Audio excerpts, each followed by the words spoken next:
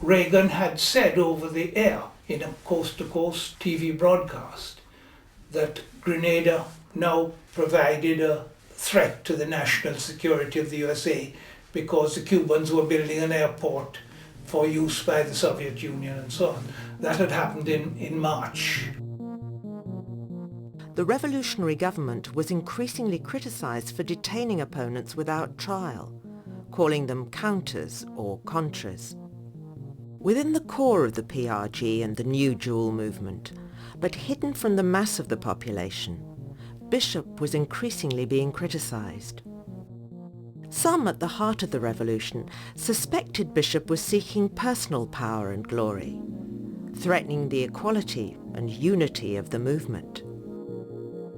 So there are big changes in society which the Grenadian people themselves didn't necessarily take to, but there didn't seem to be anything they could do about it. I was invited to join Rotary fairly early on in my time there. It was only after the revolution collapsed and after the invasion and so on that I learned that really the real reason why I was invited to join Rotary was they wanted some sort of diplomatic protection, if you like, because they were under threat.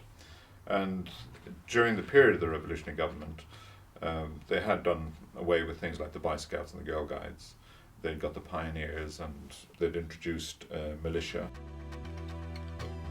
Throughout 1983, rumours spread round the island that Cord and his wife Phyllis, also a minister in the government, were planning to have Bishop murdered. By October, things were coming to a head. The PRG was beginning to unravel, and with it the revolution. Within the PRG, the criticisms of Bishop grew, but were kept from the island's population, who continued to revere him as the charismatic symbol of the nation. So, when a majority of the NJM Central Committee secretly voted to place Bishop under house arrest, the islanders were shocked. On this little island caught up in a global wave of Cold War paranoia, fears rose that the menacing rumours were going to come true.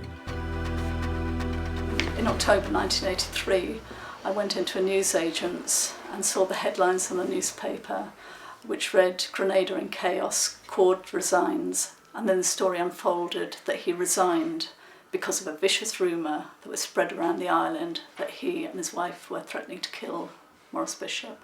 The first reaction to this rumour being spread was that the militia unit for the St. Paul's district went and collected their weapons to come and defend their leader, and the regular army anticipated them and disarmed them.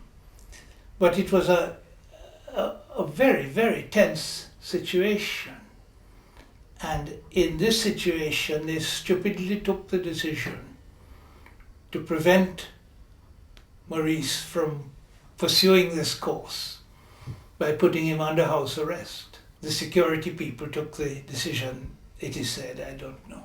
There was a heated debate, and on one occasion, someone actually rang Grenada to find out what was going on, and was told, in fact, that it's simply that Maurice is not on the house of arrest.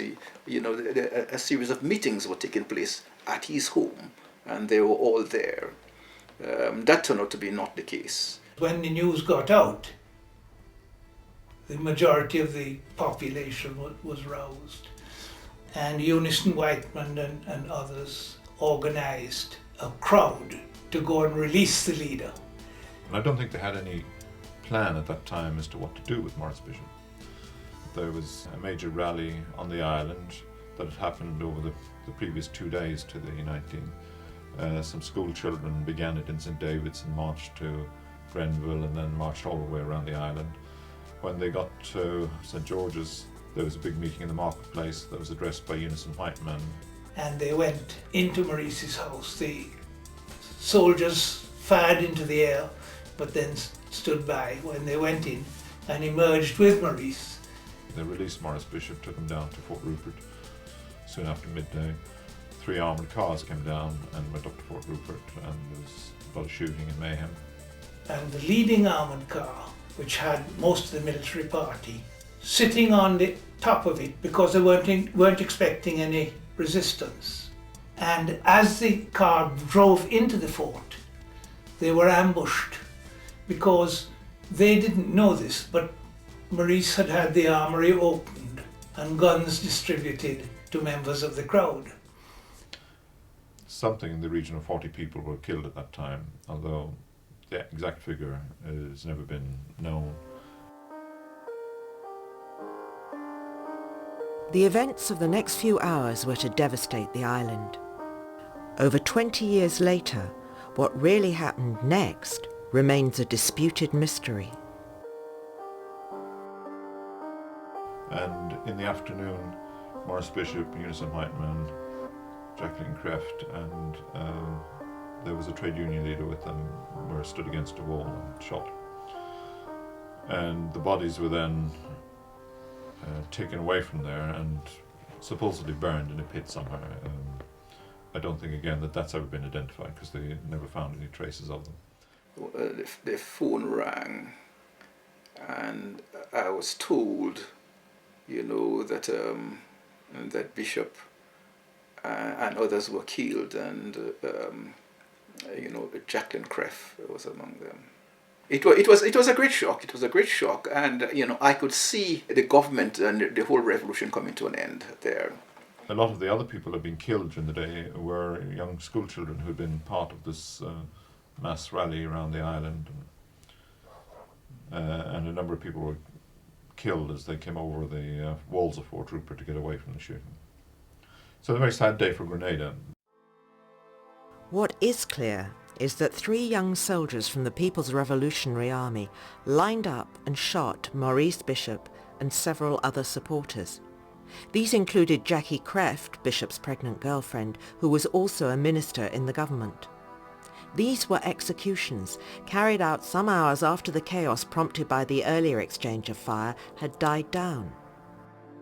The people of Grenada were shocked to learn that Maurice had, like his father before him, become a victim to political violence and died in the fort renamed after his father Rupert.